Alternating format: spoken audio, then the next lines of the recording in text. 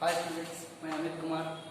आज आप लोगों को केमिस्ट्री के लेक्चर नंबर 2 के बारे में बताने वाले हैं। कुछ बेसिक्स है, इसके बारे में आपको हम बताने वाले हैं कि रसायन विज्ञान के महत्व क्या है और रसायन विज्ञान ने हमें जो उपलब्धियाँ दी हैं उसके बारे में हम थोड़ा डिस्कस करना चाहेंगे। जैसे रसायन विज्ञान ने हमें कुछ क्षेत्रों में उपलब्धियाँ दी हैं, कुछ सामग्रियाँ दी हैं। जैसे हम बात करें कृषि के क्षेत्र में, जैसे कीटनाशक वगैरह है, या खाद्य संसाधन के रूप में जैम, जेली, अचार वगैरह और अन्य मिश्रण वगैरह जो भी पदार्थ दिए गए हैं, तो कुछ जानकारी बेसिक से लेते हैं। जैसे कि हम कृषि में बात करते हैं, पहला क्षेत्र हमारा होगा कृषि। इधर क्षेत्र दिए गए, इधर उपलब्धियां दी गई हैं। किस क्षेत्र में कौन सी उपलब्धियां हैं, कौन से प्रोडक्ट हमें मिले हैं जो केमिस्ट्री की देन है, उसके बारे में आप जानकारी करेंगे।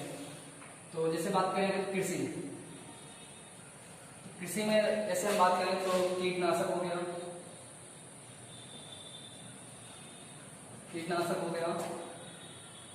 कीड़ाहारी हो गए, खादें हो गई या फर्टिलाइजर्स कह सकते हैं,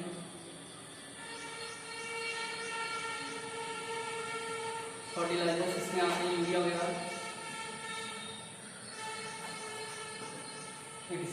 जो भी है। दूसरा अगर हम बात करें तो यहीं पर वस्त्र निर्माण में अगर देखें, कुछ वस्त्रों के निर्माण में भी हमारी किसी के साथ साथ रसायन विज्ञान हमारी जो है वो वस्त्रों के निर्माण में अगर बात करें, जैसे वस्त्र ले लेते हैं, वस्त्रों के लिए उपयोगी जो पदार्थ हैं, जैसे ऊन की बात करें, कृत्रिम ऊन हो गया, कृत्रिम रेशे हो गए, ऊन हो गए, और नायलॉन आता है इसमें, ये हो गया। और अगर बात करें तो औषधियां ले लेते हैं या चिकित्सा क्षेत्र ले लेते हैं। चिकित्सा क्षेत्र, इसमें जैसे जड़नाशी ले लेते हैं, जड़नाशी हो गया, प्लास्टर ऑफ पेरिस लेते हैं, इसी में आता है।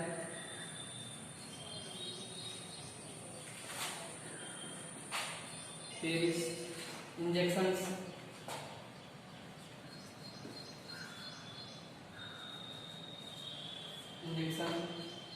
और आज जो भी टैबलेट वगैरह आती हैं सभी आ जाएंगे। चिकित्सा के साथ साथ अगर हम खाद्य सामग्री की बात करें, खाद्य सामग्री में अगर हम बात करें तो खाद्य सामग्री जैसे हो गई जैम हो गई, जेली, आइसक्रीम,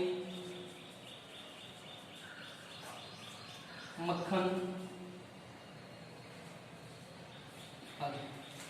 और इसके साथ अगर हम बात करें औद्योगिक क्षेत्र,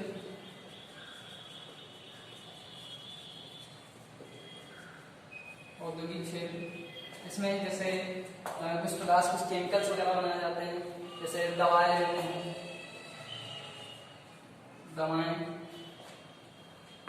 खाद्य सामग्रियां, वो तो इसी में आ जाती हैं। सभी औद्योगिक स्तर पर देखे जाए जैसे तो अमोनिया है, नमक, फर्टिलाइजर्स इसी में आ जाएंगे, नायलॉन वगैरह, हर एक चीज जो भी जितनी भी दिए हैं औद्योगिक क्षेत्र, जिनके द्वारा उद्योग चलाए जाते हैं, बड़ी बड़ी फैक्ट्रियां वगैरह लगाई जाती हैं, आज इसके अंतर्गत ये आ जाएगा। इस चीज को ध्यान रखिएगा। साथ ही साथ अगर युद्ध क्षेत्र में बात करें, विस्फोटक सामग्री या युद्ध क्षेत्र ले लेते हैं, युद्ध सामग्री अगर हम बात करें तो जैसे कि विस्फोटक पदार्थ या विषैली गैसें,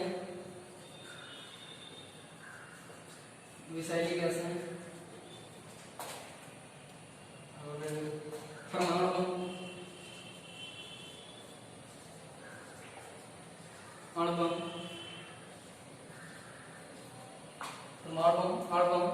और हास्य गैसें,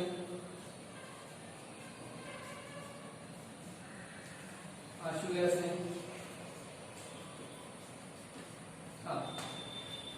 ये आ जाती है हमारे विस्फोटक सामग्रियों में, और भी जो भी विस्फोटक पदार्थ होते हैं उनके अंतर्गत हमारी युद्ध सामग्रियों के अंतर्गत ही आती हैं। अगर साथ ही साथ और हम बात करें तो जैसे कि अगर कुछ उद्योग हो गए तो हमने बता ही दिया है। उद्योग में अगर हम बात करें औद्योगिक क्षेत्र में, यहीं पे कुछ आते हैं जैसे कि पेंट वगैरह आती है, ठीक है, जो भी है। और सौंदर्य प्रसाधन,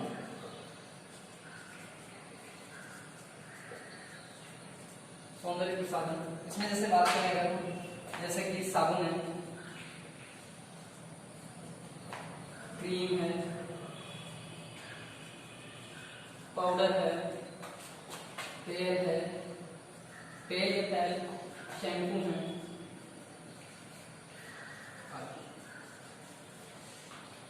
सौंदर्य प्रसाधन के साथ साथ अगर हम बात करें कुछ अन्य पदार्थों की, जैसे धापकर्म में ले लेते हैं तो अन्य पदार्थ धापकर्मों में जैसे कि भट्टियां वगैरह आ जाती हैं आदि जो भी है।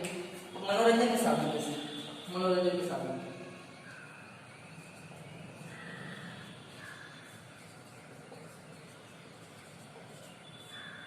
इसमें जैसे सीडी हो गया, ग्रामोफोन हो गया,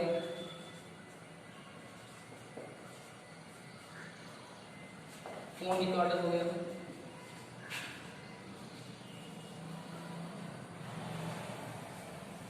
फोन रिकॉर्डर आदि जो भी आते हैं। इसके अंदर साथ ही साथ अगर हम अन्य कुछ ईंधन की बात करें, कुछ ईंधन भी आते हैं। ईंधन में जैसे ईंधन विशेष रूप से देखिएगा एलपीजी हो जाता है, एलपीजी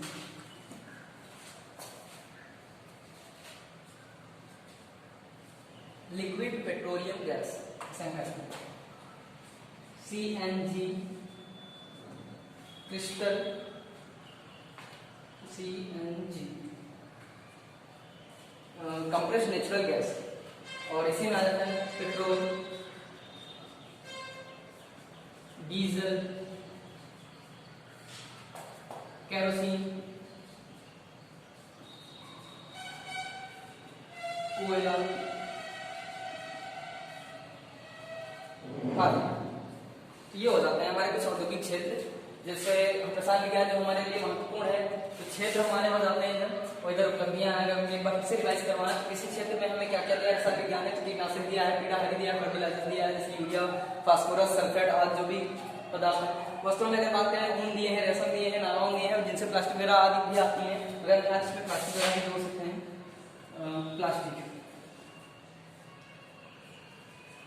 प्लास्टिक भी जोड़ सकते हैं। चिकित्सा सामग्रियों में जैसे बात करें तो ज्वरनाशी है, प्लास्टिक ऑफ इंजेक्शन आदि, इसके अलावा जो भी पदार्थ दिए जाते हैं किसी।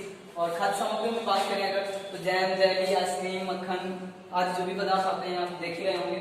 उद्योग सामग्री, दवाएं हैं, अमोनिया है, नमक है, पेंट है, और इसके अलावा अन्य सामग्री जितनी भी केमिकल से बनती हैं, आप लोग जानते ही हैं मार्केट में जो आप लोग अवेलेबल है, बर्तन हैं या कांच के बर्तन हैं या जो भी अन्य पदार्थ बनते हैं केमिकली, वो सब रसायन विज्ञान के ही देन होते हैं। युद्ध सामग्री में देखते हैं अगर तो विषैली गैसें हो गई, परमाणु बम हो गए, अणु बम हो गए, हास्य गैसें, आंसू गैसें। देखा होगा आप लोगों ने प्रथम विश्व युद्ध में आंसू गैस का प्रयोग भी किया गया था। आगे सौंदर्य प्रसाधन की बात करें तो साबुन है, क्रीम है, पाउडर है, तेल है, शैम्पू है आदि, ये सब रसायन विज्ञान की ही देन है। मनोरंजन के साधन में बात करें तो सीडी है, ग्रामोफोन है, फोन रिकॉर्डर है, ये सब केमिस्ट्री की ही देन है, रसायन विज्ञान की देन है। ईंधन की बात करें तो एलपीजी, जिसको हम लिक्विड पेट्रोलियम गैस कहते हैं, सीएनजी कंप्रेस्ड नेचुरल गैस कहते हैं इसको, पेट्रोल, डीजल, केरोसिन, कोयला, ये तो सब आप लोग जानते ही हैं कि इनका हम अपने दैनिक जीवन में उपयोग करते ही करते हैं, क्योंकि हमारी केमिस्ट्री की देन है। तो आज के लिए तो ये था, और आगे अभी ध्यान दें तो बात करें कुछ अन्य पॉइंट्स पर, तो ये नोट हो गया होगा, आई होप इसको आप लोग याद भी करेंगे।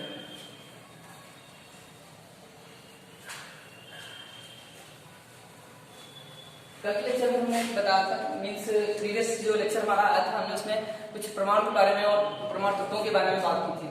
तो आज कुछ उसी बेस पर हम बात कर लेते हैं। जैसे प्रमाण में पूछा जाता है जॉन डाल्टन का सिद्धांत, तो जॉन डाल्टन है प्रमाण सिद्धांत के अंतर्गत, और रदरफोर्ड है, टॉमसन है आदि कई लोगों ने हमारे प्रमाण सिद्धांत की व्याख्या की है। तो आज हम थोड़ा सा इसके बारे में जानेंगे, क्योंकि हमने अणु, तत्व, प्रमाण आदि के बारे में पढ़ा था। प्रमाण भी आपको हमने बता दिया था, तो वहीं से शुरू करते हैं। प्रमाण क्या होता है, फिर से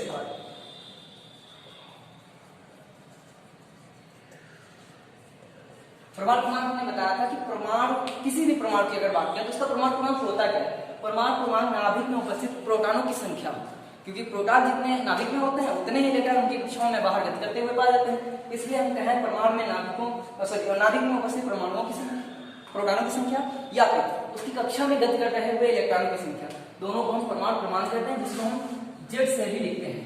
और इसको हम और एक नाम दे सकते हैं, एटॉमिक नंबर भी दे देते हैं। एटॉमिक नंबर इसके बारे में हमने बात कर ली थी। जैसे कि एक बार फिर से हम बता दें, तो हाइड्रोजन का परमाणु क्रमांक अगर 1 है तो इसके पास 1 प्रोटॉन होगा, 1 ही न्यूट्रॉन होगा। अगर हीलियम है तो इसके पास 2 परमाणु होंगे, सॉरी 2 प्रोटॉन होंगे और 2 ही इलेक्ट्रॉन होंगे। इसी तरह अगर हम क्लोरीन की बात करें, इसका परमाणु क्रमांक 17 है तो इसके पास प्रोटॉन भी 17 होंगे। खैर, आज हम बात करेंगे परमाणु भार के बारे में। परमाणु भार है क्या? वैसे किसी तत्व का अगर हम परमाणु भार कहें तो निकाला कैसे जाता है? परमाणु भार कार्बन 12, क्योंकि कार्बन समस्थानिक होता है, पहले ध्यान दीजिएगा। परमाणु क्रमांक इसका 6 होता है और इसके 2 समस्थानिक होते हैं, एक तो कार्बन 12 होता है और कार्बन 6 का ही इसका दूसरा समस्थानिक होता है जिसको हम कार्बन 14 कहते हैं। ये तो कार्बन डेटिंग में काम आता है और इसके द्वारा हम भार ज्ञात करते हैं, परमाणु भार। तो अगर पूछे कि क्या है तो ध्यान दीजिएगा, कार्बन 12 ऐसे कहा जाता है, कार्बन 12 के 12वें भाग का जो भी भार होगा, कार्बन 12 के 12वें भाग का जो भार होगा वही उस तत्व का परमाणु भार होगा। ये चीज ध्यान रखिएगा। जैसे कोई एक तत्व है, हमारे जैसे कहें ए तत्व का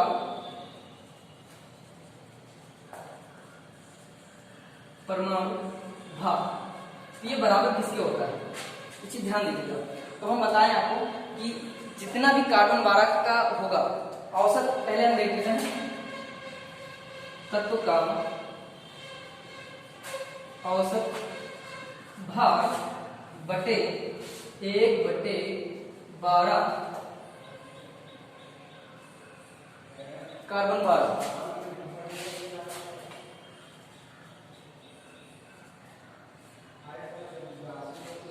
कार्बन 12 का भार ये होता है पूरे तत्व का परमाणु भार। कहने का मतलब क्या है, ध्यान से सुनिएगा। किसी तत्व का औसत भार जो होगा वो कार्बन 12 के 12वें भाग के बराबर होता है, इसे ध्यान दीजिएगा। अगर ये समझ में आ रहा है तो देख लीजिएगा, वरना एक बार दोबारा रिकैप करके इसको देख लीजिएगा, वीडियो को समझ में आ जाएगा। हमने बताया कि किसी तत्व का जो परमाणु भार होगा, जो भी परमाणु भार होगा, यहाँ पे परमाणु भार लिख लीजिएगा। परमाणु भार जो होगा वो कार्बन 12 के 1/12वें भाग के बराबर होता है। चलिए भारी भार, तो एक चीज ध्यान दीजिए, इसकी डेफिनेशन क्या होगी? कार्बन 12 के 1/12 भाग का भार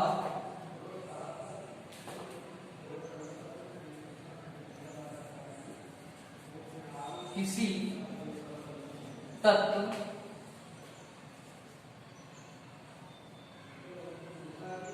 का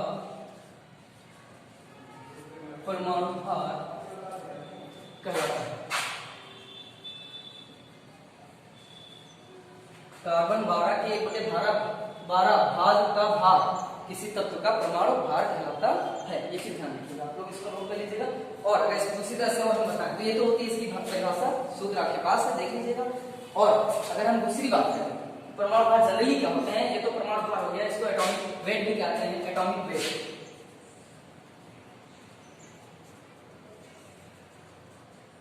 ये एटॉमिक वेट हो जाता है। इसी के अंतर्गत हम पढ़ते हैं परमाणु का द्रव्यमान या परमाणु द्रव्यमान भी कह सकते हैं। ध्यान दीजिएगा, इसको मिटा है। और विशेष तौर से आपको हम परमाणु भार निकालना भी बताते हैं। इलेक्ट्रॉन प्रोटॉन न्यूट्रॉन कैसे निकाले जाते हैं, इलेक्ट्रॉन प्रोटॉन की खोज किसने की, इसके बारे में आप लोग पढ़ चुके हैं। ध्यान दीजिएगा, परमाणु क्या है पहले भी आप लोग पढ़ चुके हो। कोई भी परमाणु अति सूक्ष्म कणों से मिलकर बना होता है, जिसके बीच में नाभिक होता है और उसके बाहर कक्षाओं में इलेक्ट्रॉन गति करते हुए पाए जाते हैं। हम अगर बात करें, ये हमारा परमाणु है। परमाणु क्या क्या होता है इस परमाणु, ध्यान दीजिएगा।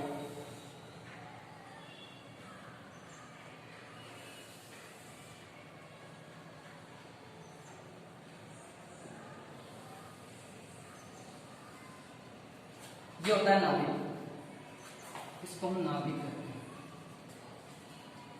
और ये सारे हमारे कक्षा हैं। नाभिक में क्या क्या होता है, प्रोटॉन पाए जाते हैं जिनमें पॉजिटिव चार्ज होता है, और इलेक्ट्रॉन न्यूट्रॉन पाए जाते हैं जिन पर कोई चार्ज नहीं होता है। बाहर कक्षाओं में इलेक्ट्रॉन गति करते हुए पाए जाते हैं अलग अलग कक्षाओं में। पहले हम बताएं कक्षाएं कौन कौन सी होती हैं। तो पहली कक्षा जो होगी उसको के कहेंगे, दूसरी एल, फिर एम, फिर एन।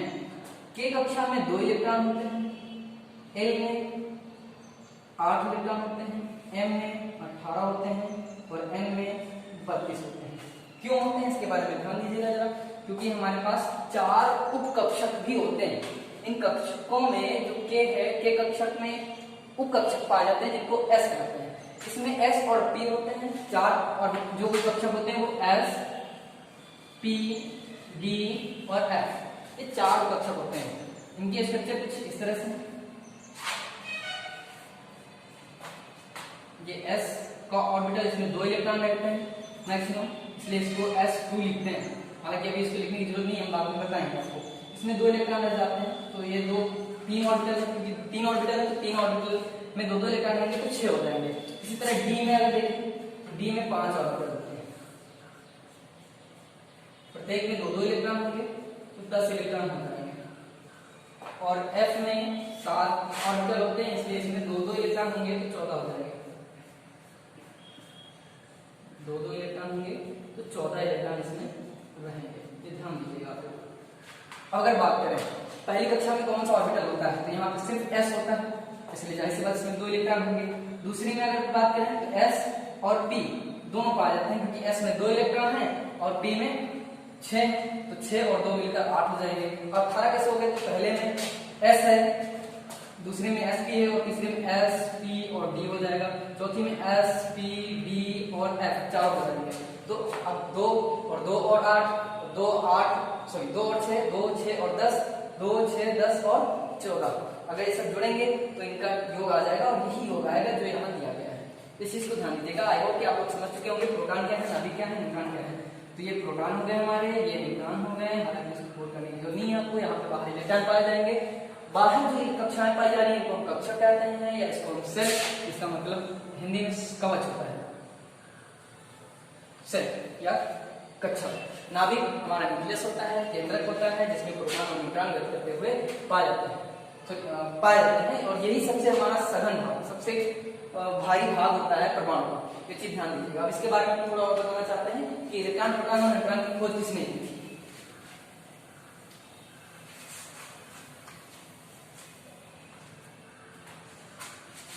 इलेक्ट्रॉन पर माइनस चार्ज होता है, हम इसको प्रतीक भी यही देते हैं। प्रोटॉन पर प्लस चार्ज और न्यूट्रॉन पे कोई चार्ज नहीं होता है, इसको इलेक्ट्रॉन कहते हैं। ये प्रोटॉन, ये न्यूट्रॉन। इलेक्ट्रॉन की खोज जे थॉमसन ने की थी।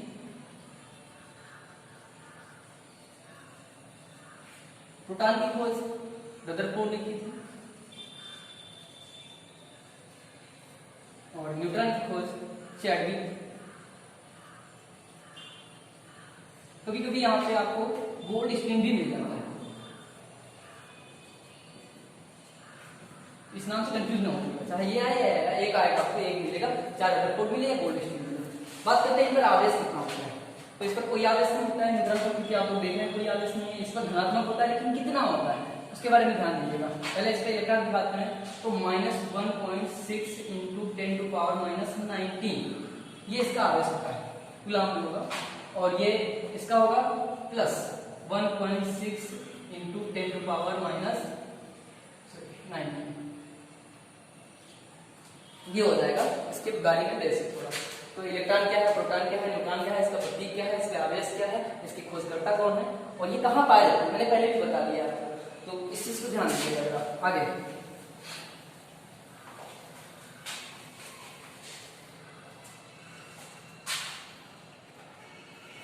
परमाणु भार, मेनली डेफिनेशन हमने बता दिया आपको। परमाणु भार क्या होता है, कार्बन, किसी भी तत्व का परमाणु भार कार्बन 12 के 1/12 भाग का जो भार होगा वही कार्बन 12 या परमाणु भार होता है। ध्यान दीजिएगा, कार्बन 12 का 1/12वां भाग जो होगा वो किसी तत्व का परमाणु भार होगा। तो ध्यान दीजिए, जनरली हम क्या पढ़ते हैं, एटॉमिक मास पढ़ चुके हैं। एटॉमिक मास होता क्या है, एटॉमिक मास को देखिएगा, परमाणु द्रव्यमान, या इसी को हम जनरली परमाणु भार भी कहते हैं। क्या होता है। तो ध्यान दीजिएगा, नाभिक में उपस्थित प्रोटॉनों तथा न्यूट्रॉनों की संख्या का योग हमारा परमाणु द्रव्यमान या परमाणु भार होता है। डेफिनेशन तो हमने जो बताई वही है, लेकिन इसको निकालते कैसे हैं तो ध्यान दीजिएगा। परमाणु के नाभिक में उपस्थित प्रोटॉनों तथा न्यूट्रॉनों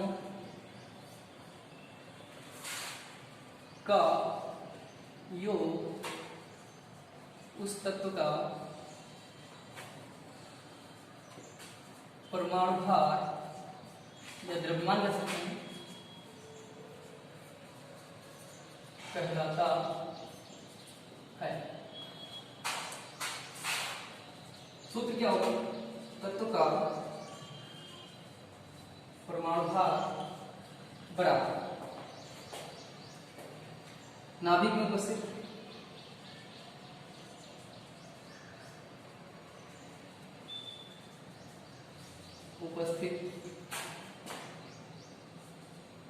प्रोटॉनों, जैसी बात समझ रहे होंगे आपको, तथा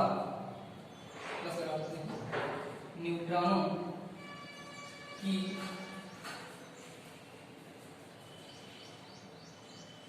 संख्या।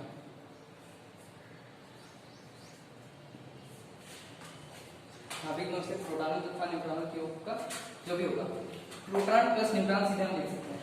अगर चाहे तो हम प्रोटॉन प्लस न्यूट्रॉनों की संख्या सीधे कह सकते हैं, और इसको हम लिखते हैं एन से परमाणु भार।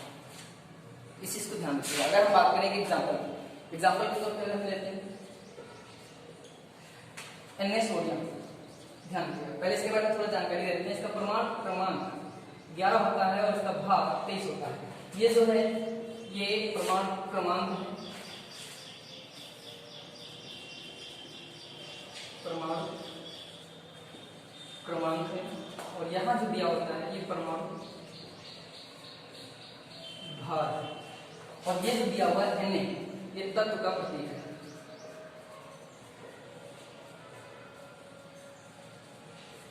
आई होप किस कुछ समझ रहे होंगे आपको। तो एग्जाम्पल देखते हैं।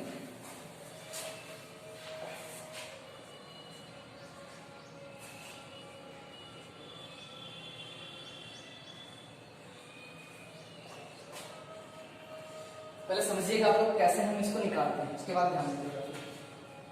हमारा सूत्र है तत्व का परमाणु भार बराबर नाभिक में उपस्थित प्रोटॉनों तथा न्यूट्रॉनों की संख्या।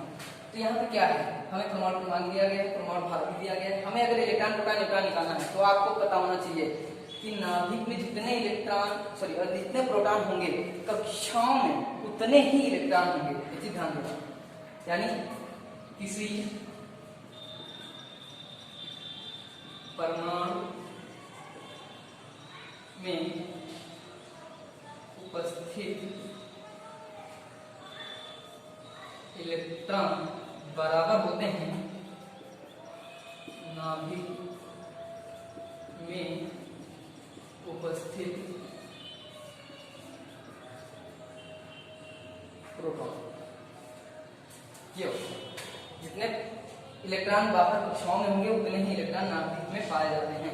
सीधे सीधे हम कहते हैं क्योंकि प्रोटॉन परमाणु क्रमांक क्या है, हमारा प्रोटॉन की संख्या, तो जाहिर सी बात चाहे प्रोटॉन रहे या इलेक्ट्रॉन रहे। ध्यान दीजिएगा। अब सोडियम की बात करते हैं, तो हमने इसका 23 दिया गया। इसमें इलेक्ट्रॉन प्रोटॉन न्यूट्रॉन पहले निकालते हैं, इसमें इलेक्ट्रॉनों की संख्या क्योंकि परमाणु क्रमांक के बराबर होता है। अभी देखते हैं प्रोटॉन और न्यूट्रॉन तीनों की संख्या हमें बताना है, कैसे निकालेंगे। परमाणु क्रमांक हमारा प्रोटॉन की संख्या ही होती है, तो जाहिर सी बात इसमें 11 इलेक्ट्रॉन या प्रोटॉन है। प्रोटॉन 11 क्योंकि जितने प्रोटॉन होंगे उतने ही कक्षाओं में इलेक्ट्रॉन भी पाए जाएंगे। जाहिर सी बात इलेक्ट्रॉनों की संख्या भी यही हो जाएगी 11।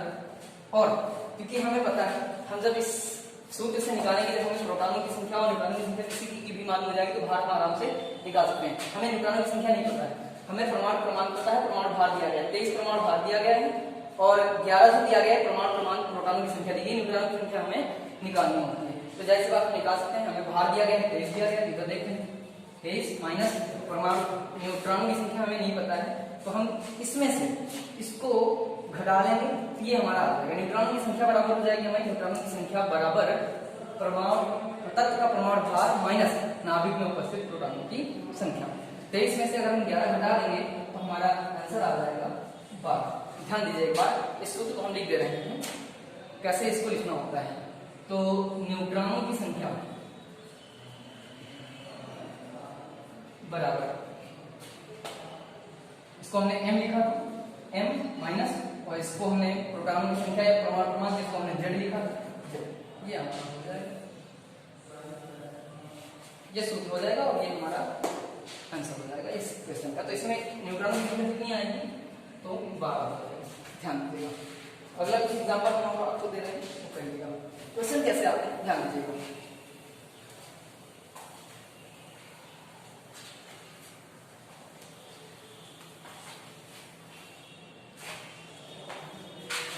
एक एग्जांपल आपको हम और देते हैं, उसको करिएगा और बताइएगा। जैसे न्यूट्रॉनों की संख्या हमें निकालनी है या परमाणु भार निकालना है। एक तत्व का परमाणु भार 12 है, परमाणु भार 12 है, जिसका परमाणु क्रमांक 6 है।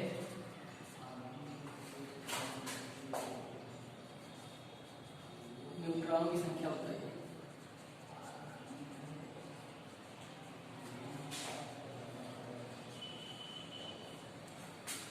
ये आपको हो जाएगा क्वेश्चन। कैसे सॉल्व करेंगे, परमाणु भार दिया गया है, यानी जैसे पहले हम देख लेते हैं क्या क्या दिया गया है। तो हमें m दिया होना चाहिए, न्यूट्रॉन होने चाहिए हमारे पास, और प्रोटॉन होने चाहिए, प्रोटॉन या इलेक्ट्रॉन कोई भी। तो भार हमें दिया गया 12 है, भार 12 दिया गया, क्रमांक कितना दिया गया, 6 दिया गया है, हमसे न्यूट्रॉनों की संख्या पूछ रहा है। सूत्र देखते हैं हमारा क्या, n बराबर, न्यूट्रॉन हमें ज्ञात करना है, जाहिर बात n बराबर हमारा क्या हो जाएगा, n बराबर m माइनस, सॉल्व करिए। तो ये दिया गया है भाग 12 माइनस 6 बराबर क्या आपका आंसर है। नेक्स्ट अगला देखते हैं इसी के स्थान पे अगला एग्जांपल यहीं पे हम रखना है।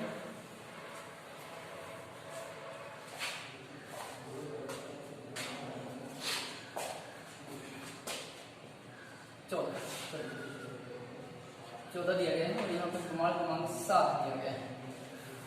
न्यूट्रॉनों की संख्या बताएं तत्व में, तो सेम है m n क्या दिया गया है आप लोग बताइए और सॉल्व करके आंसर दीजिए। m दिया गया कितना, 14 है, 14 हो जाएगा। ये न्यूट्रॉन की संख्या में नहीं दी गई है और प्रोटॉन की संख्या 7 दी गई है बराबर। तो हमारा फार्मूला फिर से वही हो जाएगा, न्यूट्रॉन की संख्या बराबर n minus p positive, proton की संख्या जो भार है उसमें से परमाणु क्रमांक घटा देंगे। या इसको हम z भी लिख सकते हैं, इसको हम z भी लिख सकते हैं, यही हमारा है z। ध्यान रखिएगा n दिए गए हैं, 14 दिया गया है बराबर, सॉरी n नहीं दिया गया है, n याद रखना, n बराबर n दिया गया है, 14 दिया गया है, इसमें से घटाना है हमें 7 परमाणु क्रमांक। तो जैसे बात इसमें प्रोटॉनों की संख्या 7 हो जाएगी, यानी प्रोटॉन भी, न्यूट्रॉन भी और इलेक्ट्रॉन भी। अगर हमें पूछे कि इसमें इलेक्ट्रॉन, प्रोटॉन, न्यूट्रॉन तीनों की संख्या बताइए तो कैसे बताएंगे, तो इलेक्ट्रॉन, प्रोटॉन और न्यूट्रॉन, क्योंकि हम निकाल चुके हैं। प्रोटॉनों की संख्या इसमें बताइए, परमाणु क्रमांक होगा वही होगा तो 7 हो जाएगा, इतने ही इलेक्ट्रॉन होते हैं तो जैसे बात ये भी 7 हो जाएगा। और इसमें आंसर कितना आया हुआ है, न्यूट्रॉनों की संख्या निकल के तो भी 7 आया है। अब इन दोनों में से किसी एक को जोड़ दें, इस वाले को अगर किसी एक के साथ जोड़ दें तो 7 + 7 बराबर 14 ही आएगा। चाहे इसके साथ जोड़ें या इसके और इसके साथ जोड़ दें, 7 + 7 बराबर 14 ही आएगा। किसी एक के साथ है, कंफ्यूज नहीं होना, हमेशा ध्यान रखना है कि या तो प्रोटॉन जोड़ेंगे या तो इलेक्ट्रॉन जोड़ेंगे, इसी को ध्यान रखिएगा। और बात करते हैं अगर हम, तो आई होप ये समझ में आया होगा प्रोटॉन, न्यूट्रॉन और इलेक्ट्रॉन निकालना। अगर हम बात करें इलेक्ट्रॉनों की संख्या दे दी जाए, प्रोटॉनों की संख्या निकाल दे दी जाए और न्यूट्रॉनों की संख्या दे दी जाए, तो आप लोग एक बार और करिएगा इक्वेशन। हम इसमें दिया गया है इस बार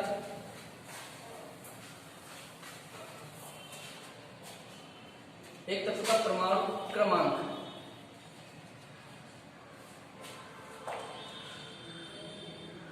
सात, चेंज कर देते हैं, इसको कर देते हैं परमाणु क्रमांक 11,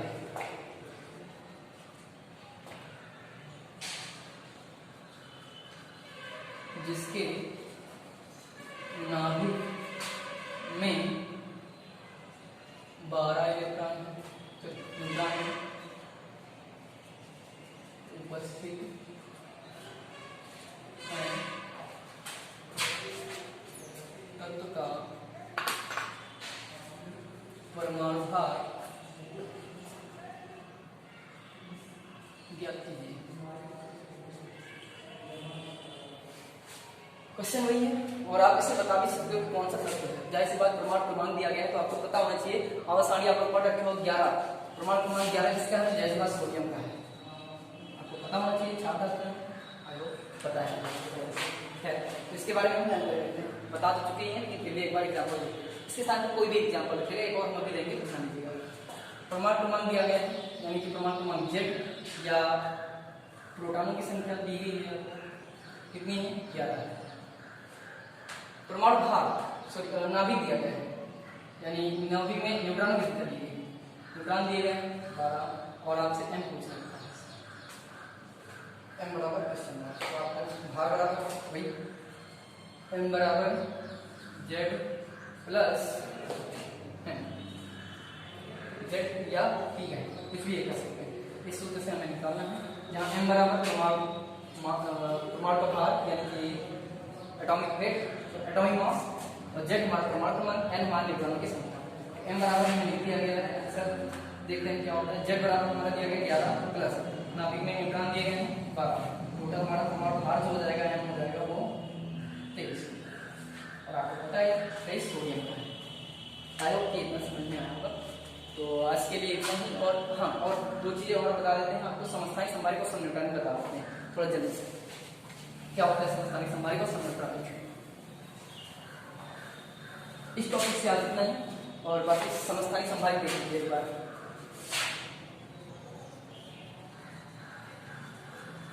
समस्थानिक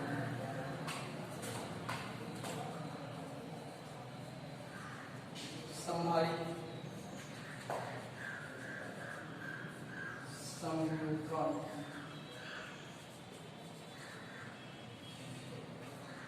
क्या कहते हैं इसको इंग्लिश में? आइसोटॉप्स,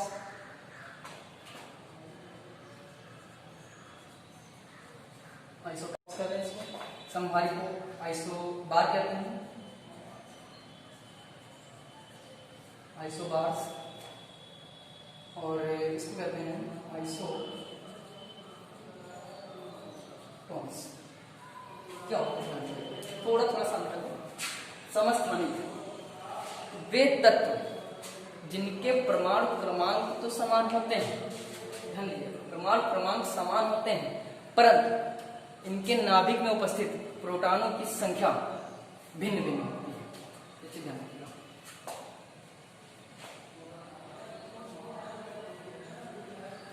जिन तत्वों के परमाणु क्रमांक समान परंतु परमाणु भार भिन्न भिन्न होते हैं,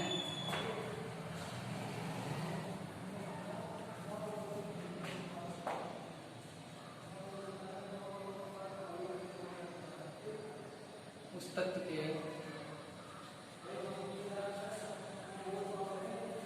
समस्थानिक कहलाते हैं। कैसे? एग्जाम्पल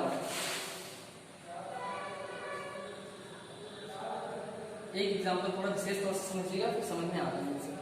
जैसे हाइड्रोजन होता है, हाइड्रोजन का परमाणु क्रमांक तो एक ही होता है लेकिन इसके 3 समस्थानिक होते हैं। उन समस्थानिकों को हम नीचे बताना चाहते हैं। अब इसको हम मिटा रहे हैं। हाइड्रोजन के 3 समस्थानिक होते हैं और इनको हम विशेष रूप से लिख रहे हैं। इनका परमाणु क्रमांक तो H1 ही होगा, लेकिन इनका परमाणु भार भिन्न भिन्न होगा। कैसे, ध्यान दीजिएगा।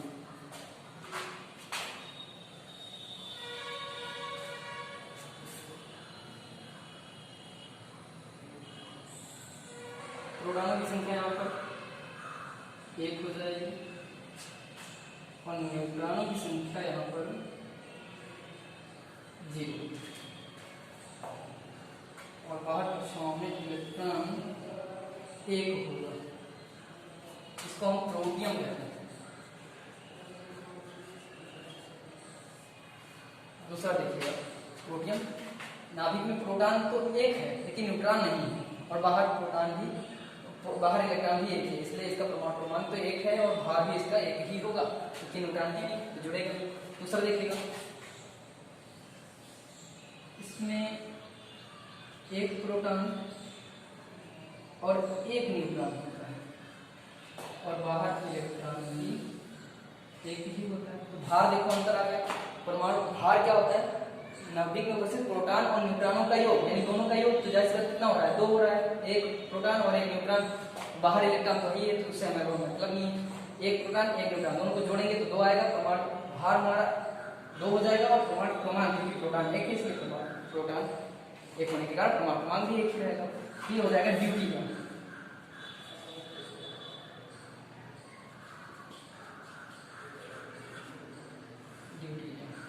तीसरा हो जाएगा हमारा परमाणु ट्राइड, इसी का है, इसको हम कहते हैं। इसमें प्रोटॉन 1 होता है, 2 न्यूट्रॉन होते हैं। 1 प्रोटॉन और 2 न्यूट्रॉन। भार जोड़िए कितना आ रहा है, इलेक्ट्रॉन से हमारा कोई मतलब नहीं है, इलेक्ट्रॉन तो उतने होंगे जितने प्रोटॉन होंगे।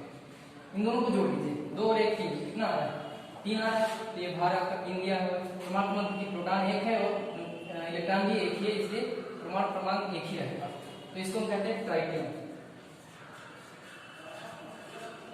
आज दोस्तों ये समझ में आया होगा कि समस्थानिक क्या होते हैं। इसको हम आइसोटॉप्स कहते हैं। दूसरी हेडिंग हमारी हो जाएगी आइसोबार।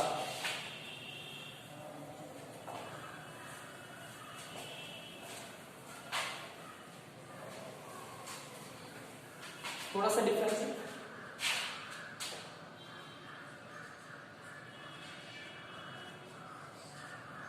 समभारिक, समभारिक क्या होते हैं इनके बारे में ध्यान दीजिएगा। इसको हम कहते हैं इंग्लिश में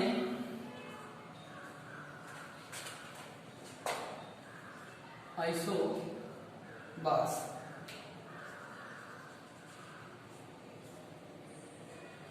थोड़ा सा अंतर होता है, क्या अंतर होता है वो भी ध्यान से समझिएगा। जिन तत्वों के परमाणु क्रमांक भिन्न भिन्न होते हैं लेकिन परमाणु भार समान होते हैं, उन तत्वों को एक दूसरे का आइसोबार या समभारिक कहा जाता है। जैसे ध्यान दीजिएगा, जिन तत्वों के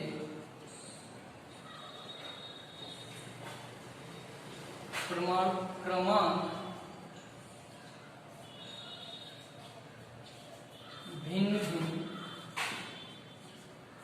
वहां पे ये समान थे, यहां पर भिन्न है, भिन्न भिन्न, तथा परमाणु भार समान होते हैं, वो एक दूसरे के समभारिक कहलाते हैं। समभारिक क्या होते हैं, जिनके परमाणु क्रमांक तो भिन्न भिन्न होते हैं लेकिन परमाणु भार समान होते हैं। एग्जाम्पल के रूप में देखिए, आर्गन, ये एक अक्रिय गैस है जिसका परमाणु क्रमांक 18 होता है और इसका परमाणु भार 40 होता है। दूसरा, आर्गन के बाद आते हैं पोटेशियम, इसका परमाणु क्रमांक 19 होता है और इसका भार भी 40 होता है। समस्थानिक है एक दूसरे के, सॉरी समभारिक है एक दूसरे के। और तीसरा हो जाएगा कैल्शियम, इसका परमाणु क्रमांक 20 होता है लेकिन परमाणु भार 40 होता है, क्योंकि आप लोग देख रहे हो यहाँ पे जो तत्वों के परमाणु क्रमांक हैं नीचे वाले वो भिन्न भिन्न है, लेकिन परमाणु भार समान है, इसलिए इन तत्वों को हम एक दूसरे का समभारित करते हैं। उचित ध्यान नोट डाउन करें।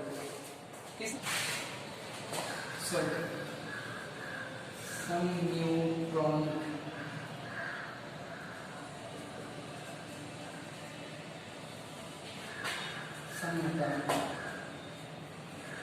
आइसोटोन्स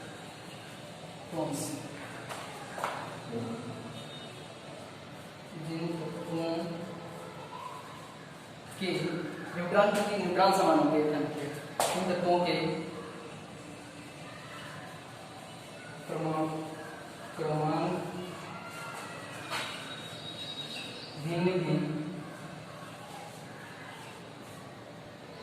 परंतु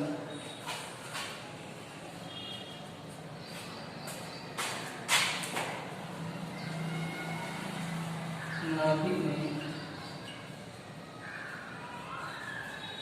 न्यूट्रॉन की संख्या समान होती है। एग्जाम्पल के तौर पर